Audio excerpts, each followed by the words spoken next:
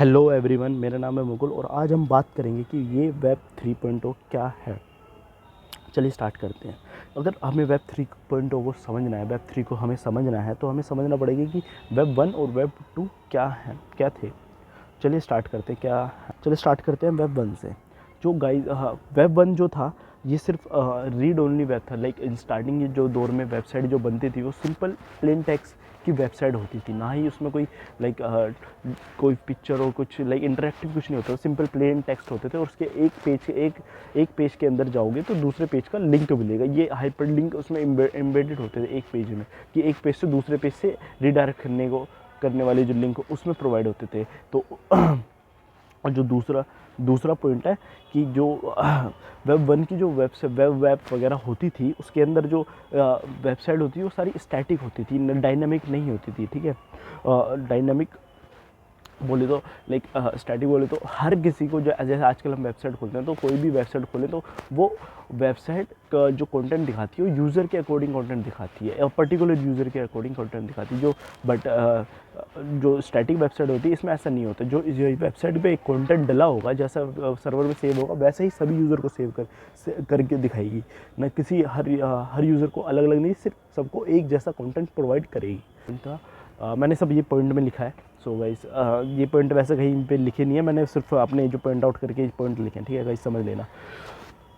ठीक है, third point जो था, मेजॉरिटी ऑफ यूज़र जो थे वेब 1 में वो कंज्यूमर थे, ना ही प्रोड्यूसर। तो जैसे कि पता है 1989 में स्टार्ट हुआ है, टिम बर्नर ली ने स्टार्ट किया है, 2004 तक चला है। और इसके अंदर जो लास्ट को बहुत ही इंपॉर्टेंट फैक्टर था, कि इंपॉर्टेंट फैक्टर नहीं बोलूँगा, जो फैक्ट था कि जो भी वेबसाइट होती थी वेब 1 में, उसमें कोई लॉगिन का रिक्वायरमेंट नहीं होता था। लाइक आपको सिंपल ना, आपकी आइडेंटिटी नहीं पूछती थी कोई भी वेबसाइट। ठीक है, आपको सिंपल, आप जाओगे किसी भी चीज़ के बारे में सर्च करना, आप सर्च करके वापस जाओगे, आपका डाटा उनके पास नहीं जाएगा।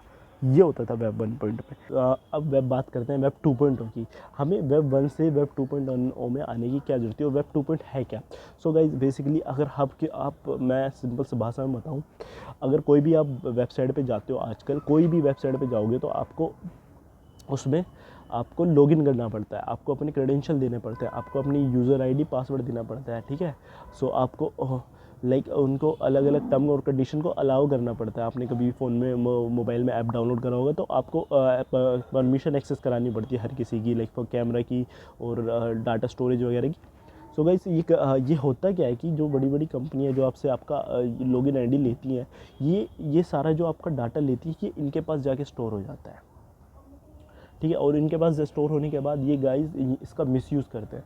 तो मिसयूज़ कैसे करते हैं, आपका डाटा आपका सेल करते हैं किसी का, बड़ी बड़ी कंपनियों को, जिसको बड़े बड़े बिजनेस फर्म को। So they can sell their product to you. समझ रहे हो ना, अब वो अपना प्रोडक्ट आपको बेच सकें। ये बिजनेस के मामले में वेब 2.0 को ग्रो करा गया। और समझ गए, बिजनेस के प्रोस्पेक्टिव से आप इस वेब 2.0 को और ये ग्रो करा है।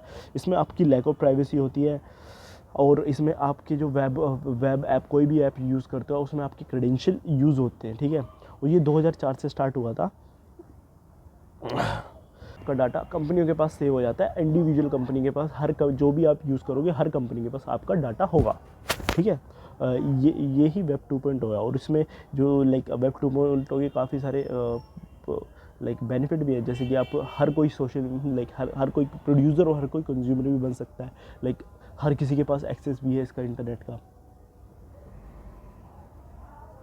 और ठीक है, और वेब 2.0 के कुछ एग्जांपल दे देता हूँ। जो एग्जांपल के जो भी आप अभी भी यूज़ करते हो, कोई भी वेबसाइट और कुछ भी, वो सब वेब 2.0 में आते हैं। जैसे कि like Snapchat, Tinder, LinkedIn, Facebook, on YouTube पे पिंटरेस्ट और ट्विटर, गूगल प्लस, ये वाइब, व्हाट्सएप वगैरह, ये सब वेब 2.0 के एग्जांपल्स हैं।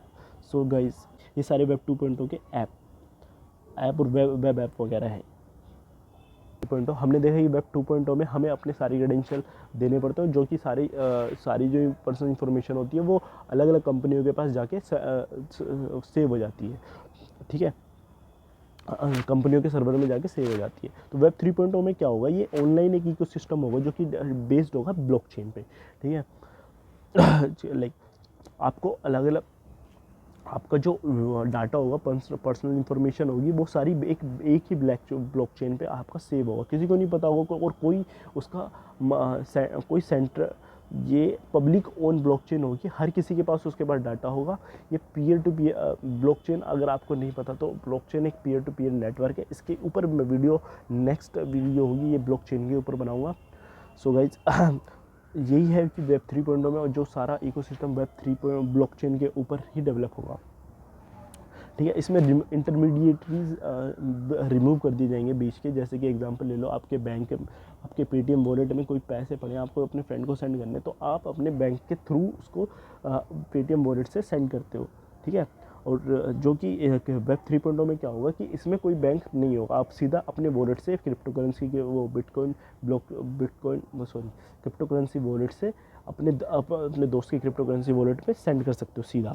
ये डिसेंट्रलाइज्ड ऐप होंगे, जैसे कि डिसेंट्रलाइज मीन्स कि आप एग्जांपल लो वेब 2.0 का, जो गूगल है, फेसबुक और नेटफ्लिक्स वगैरह, इन सब के अलग अलग डाटा सर्वर है, अमेजोन से अलग अलग डाटा सर्वर है, और आपका डाटा अलग अलग डाटा सर्वरों में जाके सेव करता है। अगर आपको नेटफ्लिक्स में जाना है तो नेटफ्लिक्स के इस डाटा सर्वर में आपका डाटा सेव होगा, और वो वहाँ से एक्सेस करेगा, तब जाके आप लॉगिन करोगे। आप फेसबुक पे जाओगे, फेसबुक खोलोगे तो फेसबुक के डाटा सर्वर पे आपकी क्रेडेंशियल सेव होंगे, आपको वहाँ से उठाने पड़ेंगे, वो फेसबुक वहाँ से उठाएगा और आपको लॉगिन कराएगा, ठीक है। तो वेब 3.0 में ऐसा सिर्फ एक ही डिसेंट्रलाइज ऐप होगा जो कि पब्लिक ओन ब्लॉकचेन के ऊपर रन करेगा, ठीक है। डिसेंट्रलाइज, इसका कोई सेंट्रलाइज ओनर नहीं होगा, इसके लाइक काफ़ी सारी बड़ी बड़ी कंपनियां मिलके एक ब्लॉकचेन के ऊपर काम करेंगे, ठीक है। कोई इसका जैसे कि हमने देखा नेटफ्लिक्स का अलग सर्वर, इन सब का अलग अलग सर्वर था ना, जैसे गूगल में, फेसबुक का, इन सब का अलग अलग सर्वर था। बट इसमें क्या होगा, एक ही सर्वर होगा और इसका कोई सेंट्रलाइज्ड ओनर नहीं होगा। हर कोई इस पर काम तो कर सकता है, पर हर किसी के पास सेम डाटा, सेम इंफॉर्मेशन होगी। अगर किसी को एक सेम इंफॉर्मेशन होगी, यही ब्लॉकचेन करता है। ब्लॉकचेन टोटली ब्लॉकचेन के ऊपर वो आपके वेब ऐप डेवलप होंगे कि